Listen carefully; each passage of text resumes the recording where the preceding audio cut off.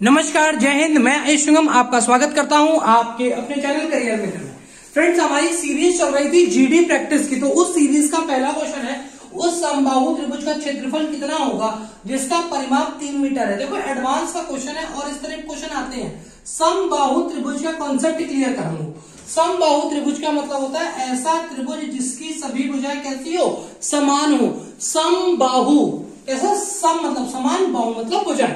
ठीक, मेरे में परिमाप क्या होता है, सभी भुजाओं का योग होता है।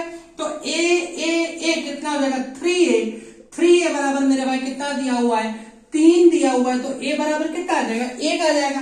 यानी एक भुजा है इसकी। ठीक है, और इसका क्षेत्रफल क्या होता है, √3/4 भुजा का स्क्वायर। क्या होता है मेरे भाई, √3/4 भुजा का स्क्वायर। तो √3/4 भुजा की जगह 1 रखोगे तो 1 का स्क्वायर 1 होता है। तो आंसर कितना आ जाएगा, √3/4 मीटर स्क्वायर। क्लियर। देखो, बढ़िया सा क्वेश्चन था, एकदम छोटा सा क्वेश्चन, लेकिन नहीं आता तो गड़बड़ा मामला। तो आपको ये बात पता होनी चाहिए कि समबाहु त्रिभुज का क्षेत्रफल कितना होता है, √3/4 भुजा का स्क्वायर। मेरे साथ फिर से बोलो, क्या होता है, √3/4 भुजा का स्क्वायर। ठीक, चलो इसी तरह हम अगर अपने अगले क्वेश्चन पे चले। क्वेश्चन बहुत छोटा है, लेकिन कॉन्सेप्ट बात वहीं पे अगर नहीं पता है तो छोटी चीजें भी हमारे लिए बेकार है। क्वेश्चन पॉइंट ये था, सबसे छोटी पूर्णांक संख्या कितनी होती है। तो मेरे भाई सबसे छोटी पूर्णांक संख्या कितनी होती है, तो 0 होती है। ठीक, इसके बाद अगर तुमसे हम कहें सबसे छोटी अभाज्य संख्या, सबसे छोटी अभाज्य संख्या, तो मेरे भाई सबसे छोटी अभाज्य संख्या कितनी होती है, तो 2 होती है। उसके बाद अगर तुमसे कहें कि नेचुरल नंबर कहां से शुरू होते हैं, प्राकृतिक संख्याएं कहां से शुरू होती है, तो मेरे भाई 1 से शुरू होकर कहां जाती है, अनंत तक जाती हैं। 1 से शुरू होकर मेरे भाई कहां तक जाती हैं, अनंत तक जाती हैं। और उसी से तुमसे कहें कि होल नंबर कहां से शुरू होते हैं, तो मेरे भाई होल नंबर कहां शुरू होते हैं, 0 शुरू होते हैं और अनंत तक जाते हैं। अगर बात उठी है तो ये बता दो कि 0 की खोज किसने की थी, तो 0 की खोज मेरे भाई की थी आर्यभट्ट। तो सबको पता है कि आर्यभट्ट ने की थी, लेकिन आर्यभट्ट कौन सा, तो आर्यभट्ट सेकंड या आर्यभट्ट द्वितीय ने की थी। इतनी बात समझ में आ गई। ये तो हमारे सारे क्वेश्चंस हैं। ठीक है, ये इंपॉर्टेंट है, ये बात आपको पता होनी ही चाहिए। बात समझ में आ गई। चलो जी, अगर हम अगले क्वेश्चन की बात करें तो हमारा अगला क्वेश्चन क्या रहा था कि 30% of A is equals to 0.5b is equals to 1/4c। Find the ratio of ABC। ABC का अनुपात ज्ञात कीजिए। क्वेश्चन क्या कर रहा है, 30% ऑफ A बराबर 0.5B बराबर 1/4C। तो वैल्यू किसकी फाइंड करनी है, ABC की। हम तुमको ये बात बता चुके हैं ना कि जब तक जो वैल्यू नीचे आएगी वो उसका रेशियो बनती है। तो मेरे भाई अगर इसको हम ठीक से देखें और परसेंटेज अगर हम यहां से हटा दे तो बटे में कितना आ जाएगा, 100 आ जाएगा कि नहीं आएगा। पॉइंट हटाएंगे तो बटे में कितना आएगा, 10 आएगा। और वहां पे हाई है। ठीक, मेरे भाई 0 से 0 काट लो तो ये आ जाएगा 3a/10। यहां पे आ जाएगा b/2 और वहां पे आ जाएगा c/4। इतनी बात सही है। देखो, इसमें तो सिर्फ नीचे है वैल्यू, इसमें भी सिर्फ नीचे है, तो ये दिक्कत नहीं कर रहा है। दिक्कत क्या कर रहा है, दिक्कत हमें ये कर रहा है, ये जो हमारा ऊपर 3 है, तो हम पूरे में क्या करेंगे, 3 का डिवाइड लगा देंगे। ठीक, तो ये 3, ये 3, ये 3, तो ये 3 से 3 खत्म हो गया मेरे भाई। तो a का वैल्यू आ गया 10, b की आ गई 3 दूनी 6 और इसकी आ गई 3 चौक 12। क्लियर। ये कट रहा है 2 से, तो काट लो, तो ये 5, 3 और 6 आ जाएगा। वैल्यू को समाप्त, काम खत्म हमारा। बस समझ में आई। ये वो छोटे छोटे सवाल हैं जहां पे गलतियां होने की संभावनाएं बढ़ जाती हैं। क्लियर। चलो, ऐसा ही सेम क्वेश्चन हम आगे चलते हैं। क्वेश्चन हमारा ये कह रहा है 4a is equals to 7b। Find the ratio of AB। तो मेरे भाई कुछ करना ही नहीं है, ऐसे क्वेश्चन में तो कुछ करना ही नहीं होता। तुमको तरीका बता दे, ये जो वैल्यू लिखी है ना मेरे भाई, ये A की लिखी है और ये जो वैल्यू लिखी है ये B की लिखी है। खत्म हो गया आंसर। तो A की वैल्यू कितनी आ गई, 7 आ गई। B की वैल्यू कितनी आ गई, 4 आ गई। हो गया समझ। कैसे होता है ये देखो, ए, बी नीचे बुला लो तो वहां कितना बचेगा 7/4, खत्म हो गया ना, 7:4 आंसर आ गया। यही हमने आंसर आपको उस समय भी निकाल के बताया था, यही आंसर हमने आपको फिर से निकाल दिया। इतनी बात समझ में आ रही है? चलो एक सवाल में औसत का लगा लेते हैं, अच्छा सवाल था, देखना था कि उस सवाल में दिक्कत क्या है। ठीक, देखो उस सवाल में दिक्कत कोई नहीं थी और समस्या भी कोई नहीं थी, लेकिन कॉन्सेप्ट हिल गए थे। क्वेश्चन यह था कि 20 व्यक्तियों के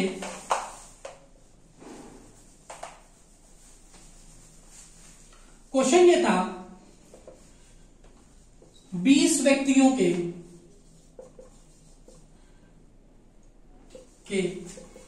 समूह का औसत 60 किलो है। एक अन्य व्यक्ति के आ जाने से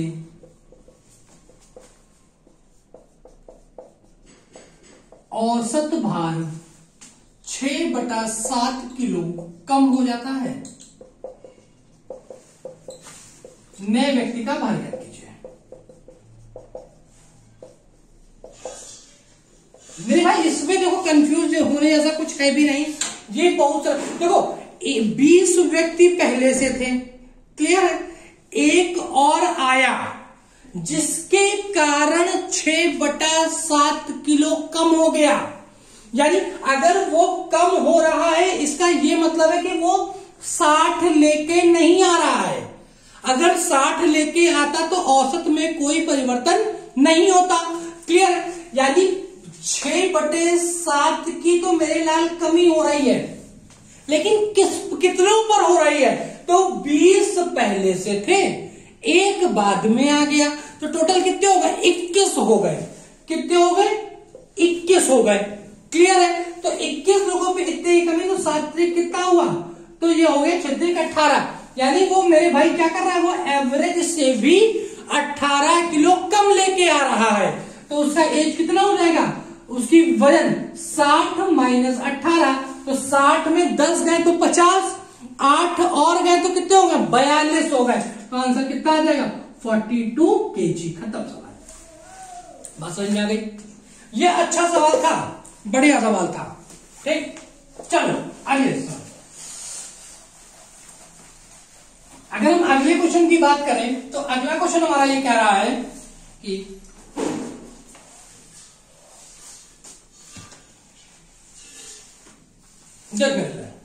क्वेश्चन ये कह रहा है कि साधारण ब्याज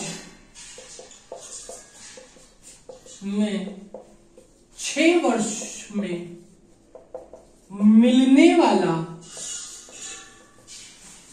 साधारण ब्याज मूलधन का 30% है, तो कितने समय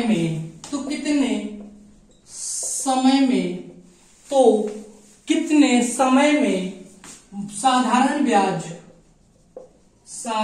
ब्याज मूलधन के बराबर हो जाएगा? मूलधन के बराबर हो जाएगा। देखो बढ़िया सवाल है, बहुत कॉन्सेप्चुअल सवाल है। ठीक, पेपर आ गए हैं जीडी के, तो कृपया पढ़ लीजिए, ठीक है। नहीं देखो, पढ़ोगे तभी नौकरी, नौकरी के बाद तभी शादी, नहीं शादी तो होगी ही, ठीक, शादी तो हो ही जाएगी, ठीक है।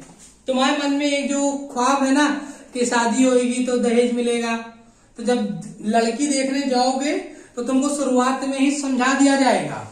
जो तुमको पता है, जो पूर्वांचल का इलाका है अपना, उत्तर प्रदेश का पूर्वांचल का इलाका, ठीक है, जो बिहार का टच रखे है, वहां पे जब आप कभी लड़की वड़की की शादी वादी हो, लड़की की हो लड़के की हो, तो लड़की वाले रात में मंडप के नीचे गाना गाते हैं, ठीक है, और वो गाना कम, वो बेइज्जती ज्यादा करते हैं। तुमने मार एकदम बता दिया कि फ्रिज भी चाहिए और स्प्लेंडर भी चाहिए, हीरो होंडा और सोने चैनो चाहिए, अंगूठी चाहिए, सब चाहिए, तो तुमको पता है सुनाएंगी, मंडप के नीचे बैठा सुनाएंगी और तुम झेल जाओगे, लेकिन कुछ करना नहीं पाओगे बालक। ये स्पेशली जितने लड़के हैं ना, ये जितने बैल हैं, इनके लिए है। वो तो मुझे सुनाएंगी, गाड़ी लेवे घोड़ा लेवे लेवे हीरो हंडा, लगाऊ 4 डंडा, दिमाग होई ठंडा, एज कितना ले हो बताओ दूल्हे राजा। अब दूल्हे राजा तो बैल है, दूल्हे राजा तो पढ़ाई भी नहीं किए हैं, जब पढ़ाई नहीं की तो कुछ नहीं मिलेगा ना स्प्लेंडर ना स्प्लेंडर, तो चुपचाप पढ़ लो, समझो। देखो देखो 6 वर्षों में अगर 30% ब्याज मिलता है तो 1 वर्ष में कितना मिलेगा? 5। मेरे भाई अगर 6 वर्षों में 30% मिल रहा है तो 1 वर्ष में कितना मिलेगा? 30/6 यानी 5। क्लियर है? और मूलधन अपने आप में कितना होता है? 100% होता है। बात सही की गलत? बिल्कुल सही। तो मेरे भाई जब 1 साल में 5% मिल रहा है और हमको 5% नहीं चाहिए, हमें हमें कितना चाहिए? 100% ब्याज चाहिए। तो मेरे भाई इसको 100 बनाने के लिए क्या करोगे? 20 का गुणा, तो समय में भी क्या हो जाएगा? 20 का गुणा, तो मेरे लाल 20 सालों में कितना ब्याज मिल जाएगा? 100 ब्याज मिल जाएगा। काम खत्म। आंसर कितना आ गया? 20 ईयर्स। समझ में आया? देखो समझो, 5% ब्याज लेने में हमको बैंक से लगा 1 साल का समय। मान रहे हो इतनी बात? क्योंकि अगर 6 सालों में 30% तो 1 साल में 5%। क्लियर है? तो मेरे भाई मूलधन के बराबर चाहिए ब्याज। तो मूलधन कितना होता है? 100%, यानी हमें कितना ब्याज चाहिए? 100% ब्याज चाहिए। तो कितना हम आगे गए हैं? तो इंटू 20 कर लो, 20 पंचे 100, तो यहां भी कितने गुणा हो जाएगा? 20 का हो जाएगा। तो आंसर कितना आ जाएगा? 20 ईयर या 20 साल। बात समझ में आई? ऐसे सवाल किए जाते हैं, ये सवाल ऐसे होंगे। ठीक, चलो आगे क्वेश्चन की तरफ बढ़ते हैं। ये सब वो क्वेश्चन है ना जो आप बहुत आराम से कर ले सकते हो, बस थोड़ा दिमाग लगा लो, जरूरी नहीं है। हम आज पता है तुमको पढ़ाने के बाद सबसे पहले नक्शा खोल के देखेंगे कि उत्तर प्रदेश कहीं शिमला के पास तो नहीं सारा शिफ्ट हो गया है, मैं दुनिया गलन पड़ी चली जा रही है। चलो अगला क्वेश्चन देखते हैं। अगला क्वेश्चन कह रहा है, किसी आयत की भुजा में 10% तथा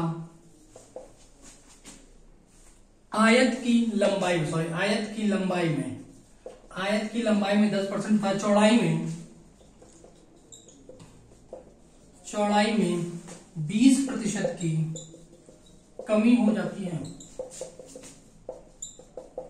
क्षेत्रफल में प्रतिशत परिवर्तन बताएं।